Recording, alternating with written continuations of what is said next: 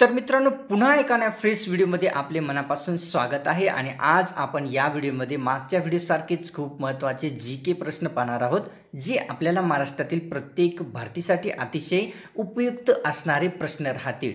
त्यामुळे या व्हिडिओला सुरूपासून शेवटपर्यंत जरूर पाहायचा आहे। व्हिडिओ मोठा असल्यामुळे या व्हिडिओला अर्ध्यातून सोडून जायचं नाही, कारण खूप महत्त्वाचे जीके प्रश्न आपण या व्हिडिओमध्ये कव्हर केलेले आहेत। आणि त्याच्यानंतर जर आपल्याला व्हिडिओ आवडला तर या व्हिडिओला एक लाईक आणि या चॅनलला सबस्क्राइब जरूर करून घ्यायचं आहे, कारण जेव्हा आपण सबस्क्राइब करसाल जेव्हा केव्हा मी नवीन व्हिडिओ अपलोड करेल तर तुरंत त्याची नोटिफिकेशन तुमच्या मोबाईलवर मिळेल। तर सर्वात पहिला प्रश्न या ठिकाणी मित्रांनो आपल्या समोर असा आहे, संसद सदस्य होण्याकरता कोणत्याही व्यक्तीला किमान कोणती पात्रता पूर्ण करावी लागते? संसद सदस्य होण्याकरता कोणत्याही व्यक्तीला किमान कोणती पात्रता पूर्ण करावी लागते ते सांगायचं आहे मित्रांनो।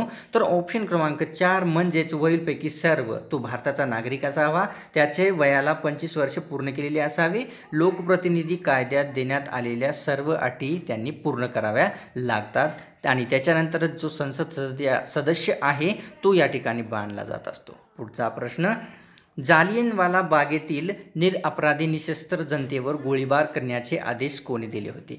जालियनवाला बागेत निरपराधी जनतेवर गोळीबार करण्याचे आदेश कोणी दिले होते ते सांगायचं आहे। तर ऑप्शन क्रमांक 1 म्हणजेच जनरल डायर यांनी ते आदेश दिलेले होते। पुढचा प्रश्न या ठिकाणी असा आहे मित्रांनो, मानवी चेहऱ्यात हाडांची संख्या किती असते? मानवी चेहऱ्यामध्ये हाडांची संख्या किती असते ते सांगायचं आहे। तर ऑप्शन क्रमांक 4 म्हणजेच मानवी शरीरामध्ये हाडांची संख्या ही 14 एवढी असते। पुढचा प्रश्न, सन 1940 मध्ये रामगड येथे भरलेल्या राष्ट्रीय काँग्रेसच्या अधिवेशनात कोणता ठराव पास करण्यात आला होता? सन 1940 मध्ये रामगड येथे भरलेल्या राष्ट्रीय काँग्रेसच्या अधिवेशनामध्ये कोणता ठराव पास करण्यात आला होता ते सांगायचं आहे। तर ऑप्शन क्रमांक 3 वैयक्तिक सत्याग्रह चळवळ सुरू करणे हा ठराव जो आहे सन 1940 मध्ये रामगड येथे भरण्यात आलेल्या काँग्रेसच्या अधिवेशनामध्ये पास झाला होता। पुढचा प्रश्न, लहान मुलाला प्रथम नागरिकत्वाचे धडे डॅश डॅश पासून मिळत असतात? लहान मुलाला प्रथम नागरिकत्वाचे धडे हे कोणापासून मिळत असतात ते सांगायचं आहे। तर ऑप्शन क्रमांक 1 आणि 2 म्हणजेच कुटुंब व शाळा यापासून लहान मुलाला नागरिकत्वाचे जे आहे ते धडे मिळत असतात। पुढचा प्रश्न, मानवी रक्ताचा pH किती आहे? मानवी रक्ताचा pH किती आहे ते सांगायचं आहे मित्रांनो। तर ऑप्शन क्रमांक 1 7.5 एवढा मानवी रक्ताचा pH असतो। पुढचा प्रश्न, खालीलपैकी कोणती संज्ञा गाळाच्या जमिनीशी संबंधित नाही? खालीलपैकी कोणती संज्ञा ही गाळाच्या जमिनीशी संबंधित नसलेली संज्ञा आहे? तर ऑप्शन क्रमांक 2 भांगर ही संज्ञा गाळाच्या जमिनीशी संबंधित नसलेली संज्ञा आहे। पुढचा प्रश्न, केंद्रीय लोकसेवा आयोगाच्या सदस्याची नियुक्ती कोण करतात? केंद्रीय लोकसेवा आयोगाच्या सदस्याची नियुक्ती कोण करत असतात ते सांगायचं आहे मित्रांनो। तर ऑप्शन क्रमांक 1 राष्ट्रपती हे केंद्रीय लोकसेवा आयोगाच्या सदस्याची नियुक्ती करत असतात। पुढचा प्रश्न या ठिकाणी मित्रांनो आपल्यासमोर असा आहे, पुणे करार महात्मा गांधी व डॅश डॅश यांच्यात झाला होता। पुणे करार हा महात्मा गांधी व दुसरा कोणत्या व्यक्तीच्या मध्ये झाला होता ते सांगायचं आहे। तर ऑप्शन क्रमांक 1 पुणे करार हा महात्मा गांधी व डॉक्टर बाबासाहेब आंबेडकर या दोघांमध्ये झाला होता। पुढचा प्रश्न या ठिकाणी असा आहे मित्रांनो, कुचिपुडी हे नृत्य प्रकार कोणत्या राज्याचे आहे? कुचिपुडी हे नृत्य कोणत्या राज्याचे आहे ते सांगायचं आहे। तर ऑप्शन क्रमांक 4 म्हणजेच आंध्र प्रदेश या राज्याचे कुचिपुडी हे नृत्य प्रकार आहे। पुढचा प्रश्न, आर्थिक विकेंद्रीकरणाचा जनक म्हणून कोण ओळखला जात असतो? आर्थिक विकेंद्रीकरणाचा जनक म्हणून कोण ओळखला जात असतो ते सांगायचं आहे। तर ऑप्शन क्रमांक 4 लॉर्ड मेयो हा आर्थिक विकेंद्रीकरणाचा जनक म्हणून ओळखला जात असतो। पुढचा प्रश्न, गंगा नदी किती राज्यातून वाहते ते सांगायचं असे? गंगा नदी ही किती राज्यातून वाहते ते सांगायचं आहे। तर ऑप्शन क्रमांक 4 योग्य राहील, 5 राज्यामधून गंगा नदी ही वाहत असते। पुढचा प्रश्न या ठिकाणी असा आहे मित्रांनो की सन 1848 ते 1856 या दरम्यान अनेक संस्थाने कोणी खालसा केली? सन 1848 ते 1856 या दरम्यान अनेक संस्थाने कोणी खालसा केली ते सांगायचे आहे मित्रांनो। तर या ठिकाणी ऑप्शन क्रमांक 4 लॉर्ड डलहौसी यांनी सन 1848 ते 1856 या दरम्यान अनेक संस्थाने खालसा केली होती। पुढचा प्रश्न, भारतीय प्रमाणवेळ खालीलपैकी कोणत्या ठिकाणी मोजले जात असते? भारतीय प्रमाणवेळ हे खालीलपैकी कोणत्या ठिकाणी मोजतात? तर ऑप्शन क्रमांक 1 अलाहाबाद या ठिकाणी भारतीय प्रमाणवेळ हा मोजला जात असतो. पुढचा प्रश्न, डॅश डॅश हा तिन्ही सेना दलाचा प्रमुख म्हणून ओळखला जात असतो. डॅश डॅश हा व्यक्ती तिन्ही सेना दलाचा प्रमुख म्हणून ओळखला जात असतो. तर या ठिकाणी ऑप्शन क्रमांक 1 राष्ट्रपती हा तिन्ही दलाचा सेनापती प्रमुख सेना दलाचा प्रमुख म्हणून ओळखला जात असतो. राष्ट्रपती हा व्यक्ती. उल्हास नदी आता मासे सापडत नाहीत. उल्हास नदीमध्ये आता मासे सापडत नाहीत, त्याचे कुठल्या प्रकारचे कारण आहे ज्यामुळे उल्हास नदीमध्ये आता मासे सापडत नाहीत? तर या ठिकाणी ऑप्शन क्रमांक 1 योग्य राहील. कारखान्यांच्या टाकाऊ पदार्थाचा प्रवाह उल्हास नदीत सोडल्यामुळे तेथील आम्लता वाढली आहे, त्यामुळे उल्हास नदीमध्ये सध्या मासे सापडत नाहीत. पुढचा प्रश्न, महाराष्ट्रातील डॅश डॅश हा पट्टा खनिजावर आधारित उद्योगधंद्याकरिता प्रसिद्ध आहे. महाराष्ट्रातील डॅश डॅश हा पट्टा खनिजावर आधारित उद्योगाकरिता सर्वात प्रसिद्ध आहे. तर ऑप्शन क्रमांक 1 म्हणजेच नागपूर व चंद्रपूर हा पट्टा खनिजाकरता सर्वाधिक प्रसिद्ध आहे. पुढचा प्रश्न, ग्रामपंचायत स्थापन करण्यात यावी ही तरतूद संविधानाच्या कोणत्या कलमात करण्यात आलेली आहे? ग्रामपंचायत स्थापन करण्यात यावी अशी तरतूद संविधानाच्या कोणत्या कलमामध्ये करण्यात आली ते सांगायचं आहे मित्रांनो. तर ऑप्शन क्रमांक 3 योग्य राहील. कलम 40 नुसार अशी तरतूद करण्यात आलेली आहे, ज्यामध्ये ग्रामपंचायतीची स्थापना होत असते. पुढचा प्रश्न, भारताची नाइटिंगेल म्हणून कोणाला ओळखले जाते ते सांगायचं आहे. भारताची नाइटिंगेल व्यक्ती म्हणून कोणाला ओळखले जाते ते सांगायचं आहे. तर ऑप्शन क्रमांक 3 सरोजिनी नायडू यांना भारताची नाइटिंगेल व्यक्ती म्हणून ओळखले जात असते. पुढचा प्रश्न, आवर्त सारणीतील उभ्या स्तंभांना कोणत्या नावाने संबोधले जात असते? आवर्त सारणीतील उभ्या स्तंभांना कोणत्या नावाने संबोधले जात असते ते सांगायचं आहे. तर ऑप्शन क्रमांक 2 म्हणजेच गण या नावाने संबोधले जात असते आवर्त सारणीतील उभ्या स्तंभाला. तर या ठिकाणी पुढचा प्रश्न असा आहे मित्रांनो, रक्तातील तांबड्या पेशींचा नाश होणे हे कोणत्या रोगाचे लक्षण आहे ते सांगायचं आहे. रक्तातील तांबड्या पेशींचा नाश होणे हे कोणत्या रोगाचे लक्षण आहे ते सांगायचं आहे. तर ऑप्शन क्रमांक 2 मलेरिया या रोगाचे लक्षण आहे, ज्या रोगामध्ये रक्तातील तांबड्या पेशींचा नाश होत असतो. भारतात रस्त्याची घनता कोणत्या राज्यामध्ये सर्वात कमी आहे? भारतात रस्त्याची घनता ही सर्वात कमी कोणत्या राज्यामध्ये आहे ते सांगायचं आहे. तर ऑप्शन क्रमांक 4 जम्मू काश्मीर या ठिकाणी योग्य आन्सर राहील, ज्या राज्यामध्ये रस्त्याची घनता सर्वात कमी आहे. पुढचा प्रश्न, भारतात दूरवर पेट्रोलियम पदार्थ व नैसर्गिक वायू कशामार्फत पोहोचविले जात असतात? भारतामध्ये दूरवर पेट्रोलियम पदार्थ व नैसर्गिक वायू कशामार्फत पोहोचविले जात असतात?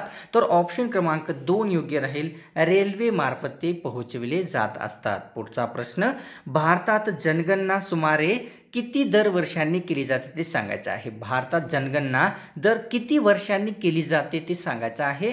तर ऑप्शन क्रमांक 3 योग्य राहील, म्हणजेच दर 10 वर्षांनी भारतामध्ये जनगणना केली जात असते. पुढचा प्रश्न, या ठिकाणी लोकसंख्येतील जलद वाढीमुळे कशावर प्रचंड ताण पडलेला आहे? लोकसंख्येतील जलद वाढीमुळे कशावर प्रचंड ताण पडलेला आहे ते सांगायचं आहे. तर ऑप्शन क्रमांक 3 म्हणजेच साधन संपत्तीवर प्रचंड ताण पडलेला आहे लोकसंख्येच्या जलद वाढीमुळे. पुढचा प्रश्न, भारतात उपनगरी रेल्वे वाहतूक भुयारी रेल्वे मार्गे कोणत्या शहरात चालते? भारतामध्ये उपनगरी रेल्वे वाहतूक भुयारी रेल्वे मार्गाने कोणत्या शहरात चालते ते सांगायचं आहे. तर ऑप्शन क्रमांक 2 कोलकाता या शहरामध्ये ती चालत असते. भारतातील एकमेव हिऱ्याची खाण कोणत्या राज्यात आहे ते सांगायचं आहे. भारतातील एकमेव हिऱ्याची खाण ही कोणत्या राज्यामध्ये आहे? तर ऑप्शन क्रमांक 1 मध्य प्रदेश या ठिकाणी योग्य राहील. मध्य प्रदेश या राज्यामध्ये भारतामध्ये एकमेव हिऱ्याची खाण आहे. पुढचा प्रश्न,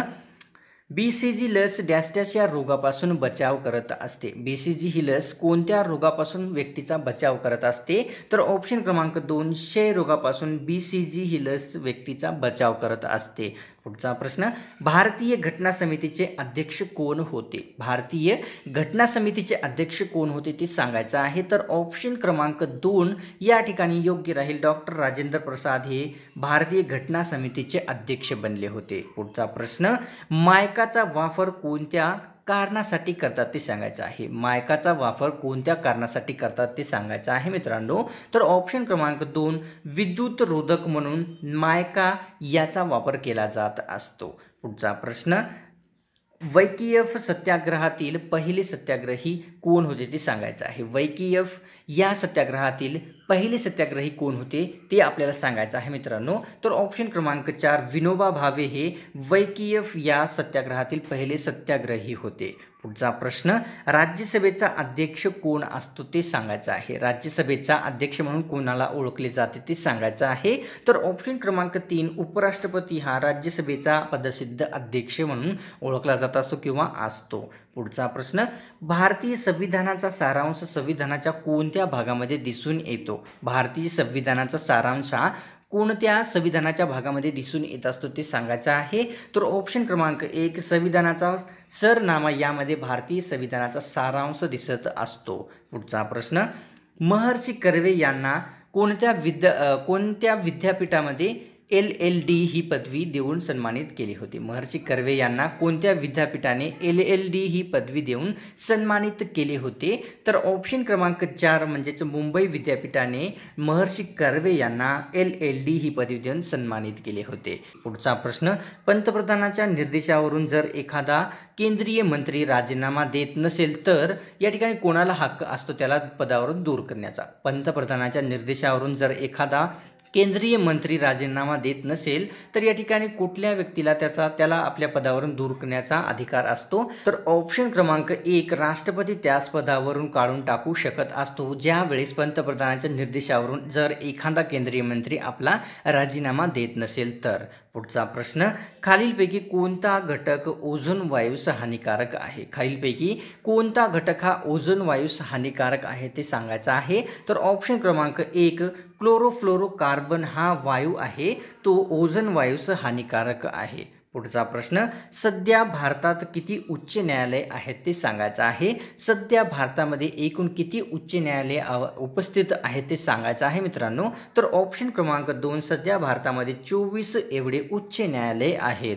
पुढचा प्रश्न आनुवंशिकतेचा सिद्धांत कोणत्या शास्त्रज्ञाने मांडला आहे. आनुवंशिकतेचा सिद्धांत हा कोणत्या शास्त्रज्ञाने मांडला आहे मित्रांनो सांगायचा आहे. तर ऑप्शन क्रमांक 1 ग्रेगर मेंडेल यांनी आनुवंशिकतेचा सिद्धांत मांडलेला आहे. पुढचा प्रश्न होम रूल चळवळ कोणी सुरू केली ते सांगायचे आहे. होम रूल चळवळ ही कोणी सुरू केली आहे ते सांगायचं आहे. तर ऑप्शन क्रमांक 2 लोकमान्य टिळक व ॲनी बेसंट यांनी स्वतंत्रपणे होम रूल चळवळ सुरू केलेली आहे. पुढचा प्रश्न रक्ताचे एकूण किती गट पाडण्यात आले आहे ते सांगायचं आहे. रक्ताचे एकूण किती गट पाडण्यात आलेले आहेत ते सांगायचं आहे मित्रांनो. तर या ठिकाणी ऑप्शन क्रमांक 3 म्हणजेच रक्ताचे एकूण 4 गट पाडण्यात आलेले आहे. पुढचा प्रश्न हवेचा मुख्य घटक कोणता असतो ते सांगायचं आहे. हवेचा मुख्य घटक हा कोणता घटक असतो ते सांगायचं आहे. तर ऑप्शन क्रमांक 1 नायट्रोजन हा हवेचा मुख्य घटक असतो. नायट्रोजन हा हवेचा मुख्य घटक असतो. पुढचा प्रश्न नॉनस्टिकच्या भांड्यावर डॅशचा थर दिलेला असतो. नॉनस्टिकच्या भांड्यावर कशाचा थर दिलेला असतो ते सांगायचं आहे मित्रांनो. तर ऑप्शन क्रमांक 4 म्हणजेच टेफ्लॉन याचा थर नॉनस्टिकच्या भांड्यावर दिलेला जात असतो. टेफ्लॉन याचा थर. पुढचा प्रश्न भारताच्या घटना समितीचे अधिवेशन केव्हा संपले होते ते सांगायचं आहे. भारताच्या घटना समितीचे अधिवेशन कधी संपले होते ते सांगायचं आहे मित्रांनो. तर ऑप्शन क्रमांक 4 म्हणजे 26 नोव्हेंबर 1949 रोजी भारताच्या घटना समितीचे अधिवेशन संपले होते. 26 नोव्हेंबर 1949 रोजी भारताच्या घटना समितीचे अधिवेशन समाप्त झाले होते. पुढचा प्रश्न विधानसभेची किमान सभासद संख्या किती असते. विधानसभेची किमान सभासद संख्या किती असते ती सांगायचं आहे मित्रांनो या ठिकाणी. तर ऑप्शन क्रमांक 3 म्हणजेच 60 एवढी विधानसभेची कमीत कमी किंवा किमान सभासद संख्या असते. विधानसभेची किमान सभासद संख्या ही 60 एवढी असते. पुढचा प्रश्न पाण्याने पृथ्वीचा किती टक्के भाग व्यापलेला आहे ते सांगायचं आहे. पाण्याने पृथ्वीचा किती टक्के भाग व्यापलेला आहे ते सांगायचं आहे. तर ऑप्शन क्रमांक 4 71% एवढा भाग हा पाण्याने पृथ्वीचा व्यापलेला आहे. 71%. पुढचा प्रश्न, रक्तदाबाच्या विकारावर अत्यंत गुणकारी वनस्पती कोणती आहे? रक्तदाबाच्या विकारावर अत्यंत गुणकारी वनस्पती कोणती आहे ते सांगायचं आहे मित्रांनो. तर ऑप्शन क्रमांक 1 योग्य राहील. तुळस ही रक्तदाबाच्या विकारावर अत्यंत गुणकारी वनस्पती आहे.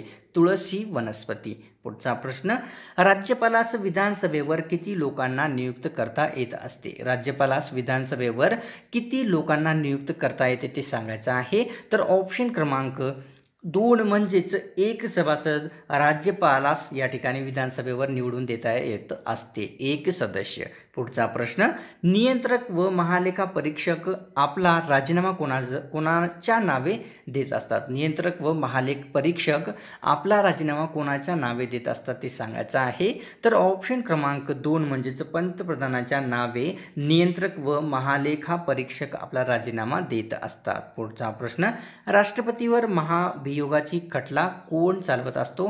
कोठे चालवत असतो ते सांगायचं आहे. राष्ट्रपतीवर महाभियोग खटला कोठे चालवता येत असतो ते सांगायचं आहे.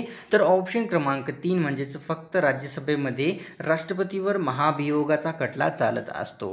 पुढचा प्रश्न या ठिकाणी मित्रांनो असा आहे, हाडातील कॅल्शियम फॉस्फेटचे प्रमाण किती असते ते सांगायचं आहे. हाडातील कॅल्शियम फॉस्फेटचे प्रमाण किती असते ते सांगायचं आहे. तर ऑप्शन क्रमांक 2 60% एवढे हाडातील कॅल्शियम फॉस्फेटचे प्रमाण असते. पुढचा प्रश्न, या ठिकाणी चंदीपूर कोठे आहे ते सांगायचं आहे मित्रांनो. चंदीपूर हे कोठे आहे ते सांगायचं आहे. तर ऑप्शन क्रमांक 4 म्हणजेच ओडिसा या राज्यामध्ये चंदीपूर आहे. ओडिसा या राज्यामध्ये चंदीपूर हे शहर आहे. पुढचा प्रश्न, महाराष्ट्रात कोणत्या भागात धरणे बांधणे शक्य नाही? महाराष्ट्रामध्ये कोणत्या भागामध्ये धरणे बांधणे हे शक्य नाही ते सांगायचं आहे. तर ऑप्शन क्रमांक 2 कोकण या भागामध्ये महाराष्ट्रामध्ये धरणे बांधणे हे शक्य नाही आहे. पुढचा प्रश्न, कोणत्या राज्यात नामदेवांची अनेक मंदिरे आहेत? कोणत्या राज्यामध्ये नामदेवांची अनेक मंदिरे आहेत ते सांगायचं आहे मित्रांनो. तर ऑप्शन क्रमांक 3 पंजाब या राज्यामध्ये नामदेवांची अनेक मंदिरे आहेत. पंजाब या राज्यामध्ये. पुढचा प्रश्न, विषाणूंचा अभ्यास कोणत्या शास्त्रीय नावाने ओळखला जात असतो? विषाणूंचा अभ्यास कोणत्या शास्त्रीय नावाने ओळखला जात असतो ते सांगायचं आहे.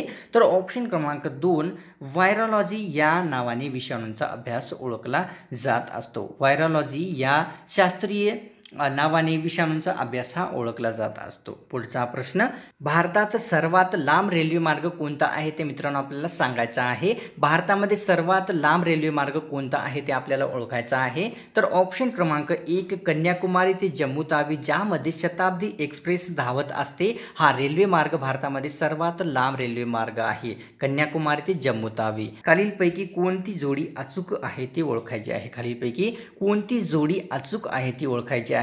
तर ऑप्शन क्रमांक 3 योग्य राहील. इसवी सन 1890 संमती वयाचा कायदा या ठिकाणी संमत झाला होता. इसवी सन 1890 मध्ये संमती वयाचा कायदा संमत झाला होता. तर हे विधान वरच्या विधानापैकी एकमेव अचूक विधान आहे. पुढचा प्रश्न, लोकहितवादाचे पूर्ण नाव काय आहे ते सांगायचं आहे. लोकहितवादाचे पूर्ण नाव काय आहे ते सांगायचं आहे. तर ऑप्शन क्रमांक 4 म्हणजेच गोपाळ हरी देशमुख हे लोकहितवादाचे पूर्ण नाव आहे. गोपाळ हरी देशमुख. पुढचा प्रश्न, पोलिओ रोग हा शरीरातील कोणत्या भागास इजा करत असतो ते सांगायचं आहे.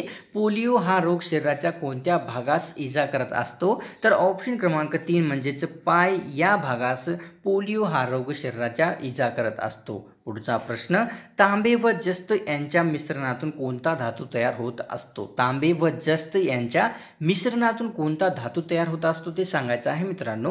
तर ऑप्शन क्रमांक 2 पितळ हा धातू तांबे व जस्त यांच्या मिश्रणातून बनवलेला धातू असतो. पितळ हा धातू. पुढचा प्रश्न, डॉक्टर ॲनी बेझंट जन्माने कुठल्या होत्या? डॉक्टर ॲनी बेझंट जन्माने कुठल्या होत्या ते सांगायचं आहे मित्रांनो. तर ऑप्शन क्रमांक 3 आयर्लंड या देशाच्या डॉक्टर ॲनी बेझंट ह्या मूळच्या होत्या. आयर्लंड या देशाच्या. पुढचा प्रश्न, डॅश डॅश रोजी पंडित नेहरूंची घटनेची उद्देशपत्रिका प्रस्तावना लिहिली. डॅश डॅश या रोजी पंडित नेहरूंनी घटनेची उद्देशपत्रिका किंवा प्रस्तावना लिहिली होती? तर या ठिकाणी मित्रांनो ऑप्शन क्रमांक 1 11 डिसेंबर 1946 या रोजी पंडित नेहरू यांनी आपल्या राज्यघटनेची उद्देशपत्रिका किंवा प्रस्तावना लिहिलेली आहे।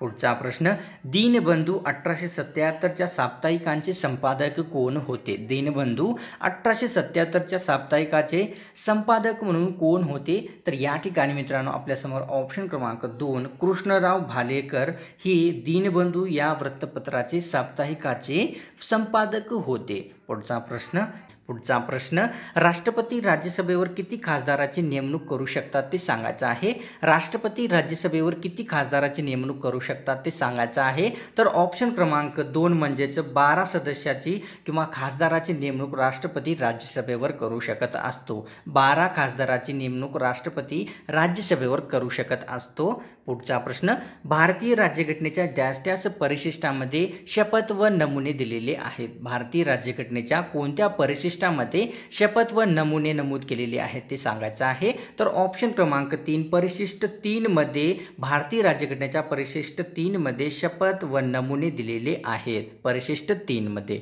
पुढचा प्रश्न, उपराष्ट्रपतीला जास्तीत जास्त किती काळाकरिता राष्ट्रपती पद स्वीकारता येत असते? उपराष्ट्रपतीला जास्तीत जास्त किती काळापर्यंत राष्ट्रपती पद करता येत असते ते सांगायचं आहे। तर ऑप्शन क्रमांक 2 6 महिने एवढा काळ उपराष्ट्रपतीला राष्ट्रपती पद हे करता येत असते। पुढचा प्रश्न, मनुष्याने खालीलपैकी कोणत्या धातूचा उपयोग सर्वप्रथम केलेला आहे? मनुष्याने खालीलपैकी कोणत्या धातूचा उपयोग सर्वप्रथम केलेला आहे ते सांगायचं आहे। तर ऑप्शन क्रमांक 4 योग्य राहील। तांबे या धातूचा उपयोग सर्वप्रथम मनुष्याने केलेला आहे। तांबे या धातूचा उपयोग सर्वप्रथम मनुष्याने केलेला आहे। पुढचा प्रश्न, राष्ट्रपती व मंत्री परिषद यांच्यातील महत्त्वाचा दुवा कोण असतो? राष्ट्रपती व मंत्री परिषद यांच्यातील महत्त्वाचा दुवा कोण असतो ते सांगायचं आहे। तर ऑप्शन क्रमांक 4 म्हणजेच पंतप्रधान हा राष्ट्रपती व मंत्री परिषद यांच्यामधील महत्त्वाचा दुवा असतो। पुढचा प्रश्न, राज्यातील मंत्र्याने वेतन व भत्ते ठरविण्याचा अधिकार कोणाला आहे? राज्यातील मंत्र्याचे वेतन व भत्ते ठरविण्याचा अधिकार कोणाला आहे ते सांगायचं आहे। तर ऑप्शन क्रमांक 3 योग्य राहील। राज्य विधानसभा यांना राज्यातील मंत्र्याचे वेतन व भत्ते ठरविण्याचा अधिकार आहे। राज्य विधानसभेना राज्यातील मंत्र्याचे वेतन व भत्ते ठरविण्याचा अधिकार आहे। तर मित्रांनो आजची व्हिडिओ आपल्याला कशी वाटली या व्हिडिओला एक लाईक करून जरूर कळवायचं आहे आणि अशाच प्रकारची व्हिडिओ एकदम फ्रीमध्ये मिळवण्यासाठी या चॅनलला आताच्या आता सबस्क्राईब करून घेणं खूप गरजेचं आहे।